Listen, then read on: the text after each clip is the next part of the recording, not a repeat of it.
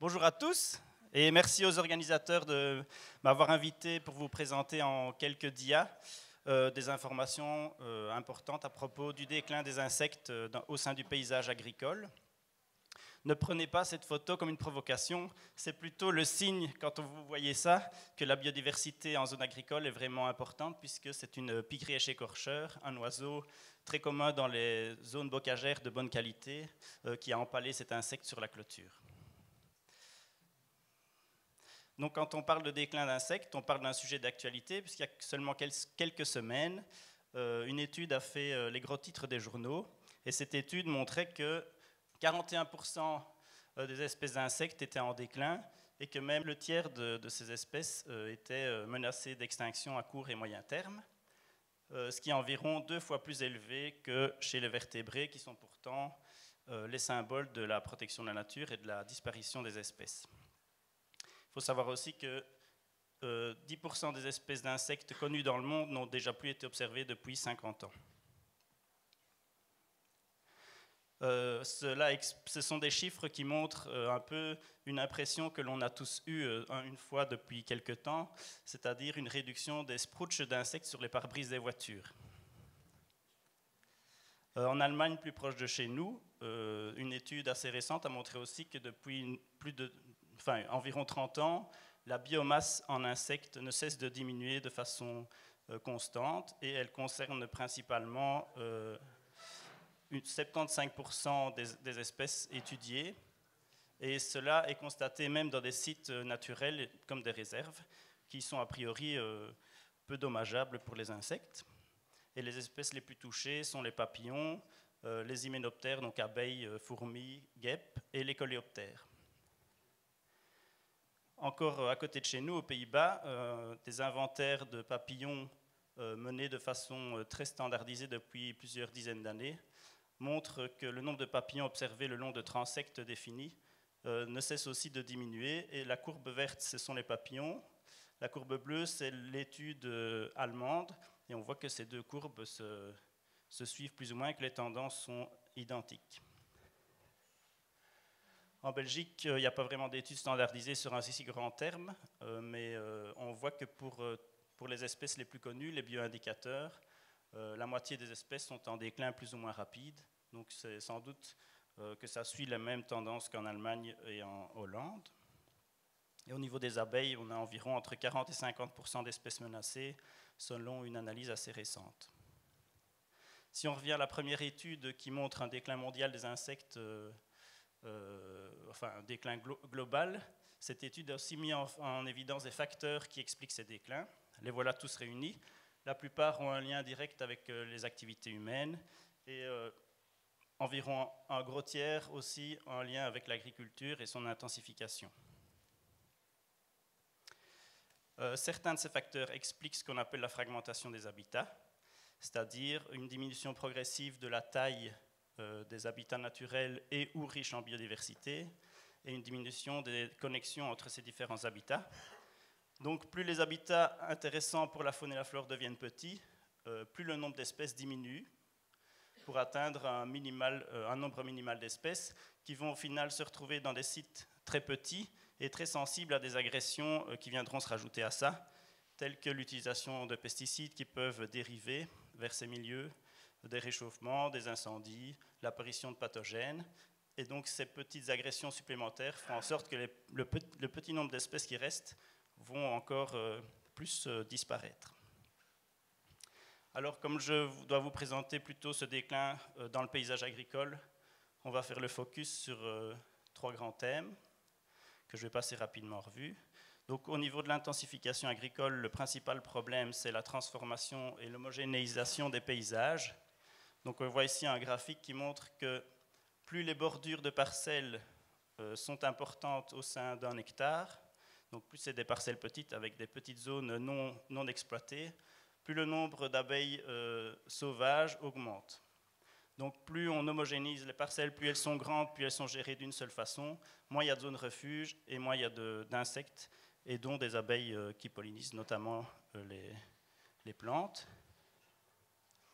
Les labours sont aussi problématiques, puisque si c'est des labours annuels pour Dans les zones cultivées, la faune du sol a moins l'espace et le temps de se développer, donc on perd pas mal d'espèces qui vivent dans le sol.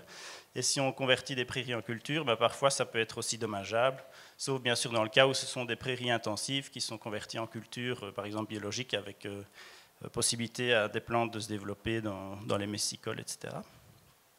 Les traitements antiparasitaires peuvent aussi poser quelques soucis, notamment pour les insectes qui se nourrissent des matières fécales des animaux. Et ensuite, au niveau de la fauche, on peut avoir aussi des problèmes si elle est menée avec certains outils, tels qu'ici, des faucheuses avec conditionneur. On a remarqué selon des études que ça tuait environ 58% des insectes, alors que des faucheuses sans conditionnaire n'en tuaient que 8%. Au niveau des méthodes, il y a une façon de faucher les parcelles qui peuvent permettre le maintien de zones refuge et de disperser les insectes avant qu'ils se retrouvent dans un îlot qui serait fauché en dernier. Et au niveau des périodes aussi, on peut jouer là-dessus pour les préserver un peu plus. Et alors la fauche a des impacts à la fois sur les œufs, les adultes, les larves et les ressources alimentaires des insectes. Et alors il y a d'autres choses comme l'écurage, le drainage, qui font aussi diminuer certains milieux attractifs. Au niveau de l'utilisation des pesticides, le gros problème maintenant, c'est qu'on utilise des pesticides préventifs. Donc on peut se permettre, entre guillemets, d'en mettre un peu dans toutes les plantes via l'enrobage de graines, etc. Et ces pesticides se retrouvent dans la plante tout au long de ce développement, même dans le pollen ou le nectar. Et donc tous les insectes ils viennent se nourrir soit de la plante, soit du pollen ou du nectar, les transportent soit dans leur corps ou sur eux, et puis vont les mettre à la fois dans les ruches ici pour les aspects domestiques, mais surtout dans leur nid et le transmettre à la génération suivante si elle arrive à éclore. Donc ces pesticides systémiques qui servent en traitement préventif et qui sont utilisés depuis quelques années ont vraiment fait en sorte d'augmenter la problématique vis-à-vis des insectes. Alors quand on regarde les pesticides, ils sont utilisés plus ou moins, enfin développés depuis les années 1930. Et l'étude qui montre le déclin global montre aussi que la perte d'insectes a vraiment commencé dans ces années-là. Donc il y a un lien de cause à effet qui peut être mené, sachant que les pesticides, et en particulier les insecticides, sont là pour tuer les insectes, ou en tout cas empêcher un développement trop important. Alors il y a le problème des néonicotinoïdes, qui bientôt seront interdits en Belgique, mais qui sont encore utilisés. Et alors on ne sait pas non plus, peut-être certains pesticides dommageables, peut-être pour les champignons et autres, on ne sait pas non plus si avec d'autres, s'ils sont en combinaison avec d'autres, peuvent être aussi dommageables pour les insectes. Et alors on ne sait pas non plus ce qui va se passer avec des produits futurs, puisque l'industrie est vraiment très imaginative. Donc quand un produit est éliminé ou ne peut plus être utilisé, d'autres sont développés, et au fur et à mesure, d'autres impacts peuvent être constatés. Alors, si on combine intensification agricole et pesticides, bien on voit que les petits sites qui peuvent être encore préservés, mais qui sont inclus dans une grande zone dans laquelle les agressions sont plus fortes, a peu de chances de favoriser les insectes. Au niveau de l'environnement des zones préservées, si des insectes se développent dans les petits carrés préservés, à un moment, ils ont envie d'aller ailleurs pour trouver de la nourriture, et là, vont soit se faire asperger ou se faire ne plus trouver de la nourriture suffisante et mourir. Et alors, si on combine à ça l'effet de la fertilisation qui provoque une diminution de la quantité et de la qualité des ressources alimentaires des insectes, on voit que le tableau n'est pas très beau. Mais heureusement, les régions sont assez diversifiées. Donc ça, c'est une photo de SB et ici une photo de Famenne. Et on voit que c'est assez contrasté et qu'ici, on a encore la chance d'avoir des agriculteurs comme vous qui permettent de maintenir un paysage très diversifié et riche en insectes. Le problème avec la perte des insectes, c'est qu'on risque de perdre un service qui rapporte quand même 153 milliards de dollars par an dans le monde, et des services qui permettent la pollinisation et d'obtenir à la fois de la nourriture et des matières qui favorisent le nourrissage du bétail. Et au niveau des écosystèmes, si on perd des insectes, on perdra aussi tout un panel de milieux et d'espèces qui peuvent nous avantager aussi. Donc on voit ici la perte des oiseaux qui vivent dans les milieux agricoles, et c'est sans doute aussi parce qu'ils ont de moins en moins de possibilités de trouver des ressources alimentaires pour leurs jeunes, telles que les insectes. Au niveau d'autres services, on voit qu'il y a pas mal d'insectes qui favorisent aussi la décomposition de la matière, et sans eux, on serait peut-être rempli de feuilles mortes et de choses dont on ne saurait pas se débarrasser. Et enfin, les insectes sont aussi des auxiliaires pour lutter contre certains ravageurs qui peuvent se développer très rapidement s'ils ne sont pas là pour diminuer leur population. Donc ici, une guêpe qui attrape une chenille. Donc voilà. C'est pas facile, mais merci de m'avoir écouté. Merci Damien. Je vais maintenant appeler Dimitri Burniot, qui est agriculteur du côté de Suris, Romeden, et qui va donc nous faire part de son témoignage. En 2005-2006, on a eu un projet de faire une unité de biogaz sur la ferme. C'est à cette époque-là qu'on a commencé à être un peu plus conscientisé sur l'environnement, un peu par l'énergie en tout cas. On a remarqué que si on extrapolait les chiffres, je vais expliquer un petit peu après, que si on est, au niveau de l'énergie, si on extrapole les chiffres par exemple des ressources naturelles, qu'on les extrapole à 2100, on remarque qu'il n'y a plus, que les caves seront vides entre guillemets. Et c'est un peu cette démarche-là, par l'énergie, que j'ai extrapolée à l'environnement par la suite. Donc on a mis cette unité-là en route. Et en parallèle, on a lancé les MAE, on était déjà dedans depuis un petit temps, mais on a commencé à faire un plan d'action au niveau environnemental pour développer un peu les différentes MAE qui existaient. Enfin, on est parti de ce cadre-là. Et de nouveau, c'est un peu le message que je veux faire passer aujourd'hui, c'est par les chiffres que j'ai été conscientisé, je veux dire. On va prendre l'exemple des haies, quand on en parlait de ça.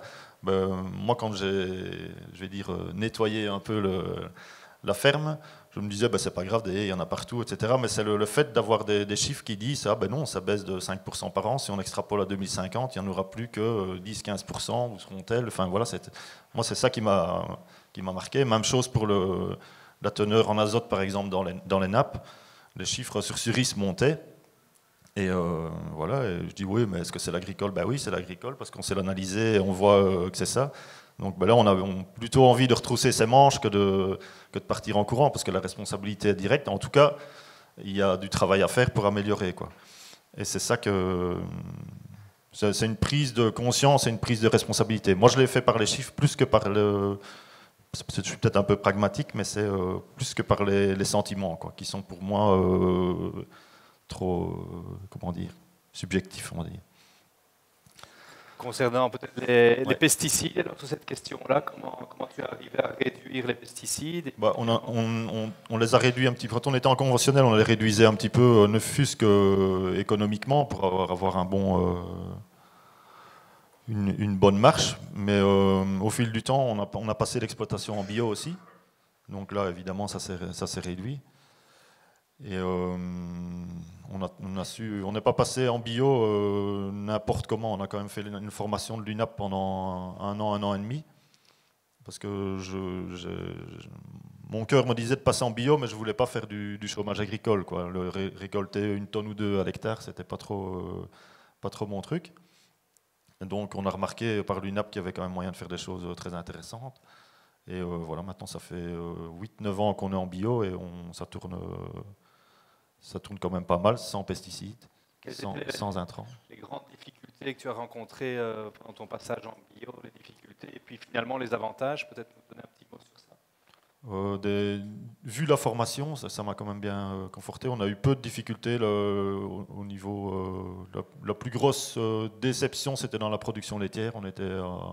Par exemple, on était à 8500 litres avant, on est quand même descendu à 5000 litres. Maintenant, ça remonte un petit peu. Là, c'était le plus marquant. Pour ce qui est des céréales, etc., on a évidemment un petit peu moins de rendement, mais ça reste quand même bien productif. Et je vais dire... au niveau environnemental, c'est clair que nous, on sème, on fertilise une fois au mois de mars, mais évidemment, il n'y a pas de phyto, il n'y a pas d'intrants, il n'y a pas de... L'impact est quand même, pas dire nul, parce qu'il y a encore l'histoire du labour, etc. Enfin, voilà, on a toujours... Et en parlant d'impact, tu as remarqué une évolution positive, par exemple, dans les insectes ou dans d'autres espèces? En faune du sol, ça c'est clair. Ça me paraît, enfin, je veux dire, c'est plus vivant qu'avant. Ou alors je regarde plus qu'avant, je ne sais pas ce qui. Mais non, c'est quand même un plus au niveau insectes. Voilà, je vais dire, on a instauré quelques bandes fleuries, etc. Mellifères, c'est mellifères, ça c'est sûr que quand on arrête le tracteur et qu'on est dedans, on entend que ça travaille, quoi.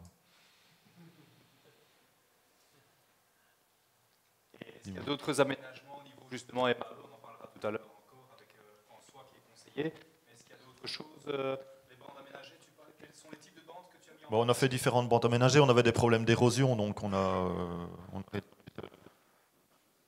résolu ce problème-là, à mon avis, c'est quand tu passes devant, Thibaut. On a résolu ce problème-là par une bande aménagée, on a mis une bande fleurie sur un bord de parcelle où il y a, sur une petite route. Ça fonctionne pas mal. Le problème, on parle des soucis en tournière. Le problème, c'est un peu les rumex quand même. C'est un peu on n'a pas de souci de rumex sur l'exploitation, mais dans les tournières, surtout avec la date de fauche du 15 juillet, qui a ses avantages évidemment environnementaux, mais c'est peut-être le point le plus marquant. Ce qu'on a développé aussi dans les prairies, c'est réimplanter un verger. Donc à l'époque, on avait 5-6 arbres sur une parcelle de 15 hectares. Maintenant, on est monté à 100. Donc on a replanté ça en 7-8 ans.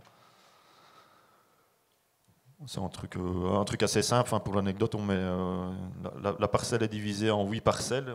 On plante les arbres le long du fil électrique, comme ça on le protège on protège les arbres avec la clôture électrique. Et quand on travaille dans la parcelle, il ne nous ennuie pas, quoi. Donc j'aime bien, je dis toujours que j'aime bien toutes ces petites actions environnementales qui me coûtent peu, en tout cas, enfin, pour parler économique, et qui ne me mangent pas de pain, quoi. Enfin, je vais dire, ça n'ennuie pas, etc. Et ça, il faut veiller à faire ça. Si on fait des actions qui nous ennuient tous les jours, ou devoir aller faire ça et qu'on ne comprend pas trop pourquoi, ce sera, entre guillemets, délaissé. Donc c'est ça que c'est important. C'est très bien dans les mesures agroenvironnementales, c'est que c'est une discussion. François, il fait très bien son boulot à ce niveau-là.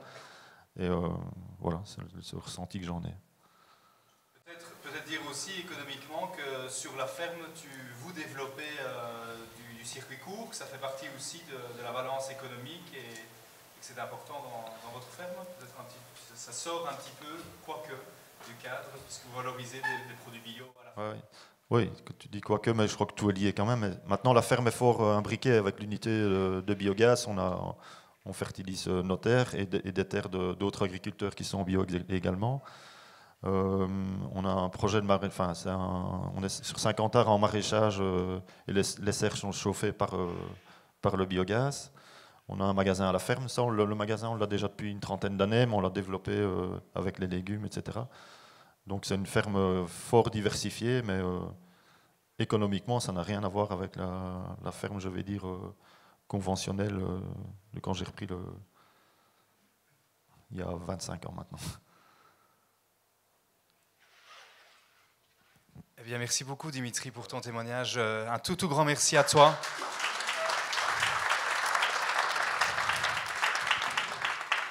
Ça fait très plaisir d'avoir ce genre de témoignage et on en aura tout au long de la journée. Donc voilà, c'est très chouette. Merci.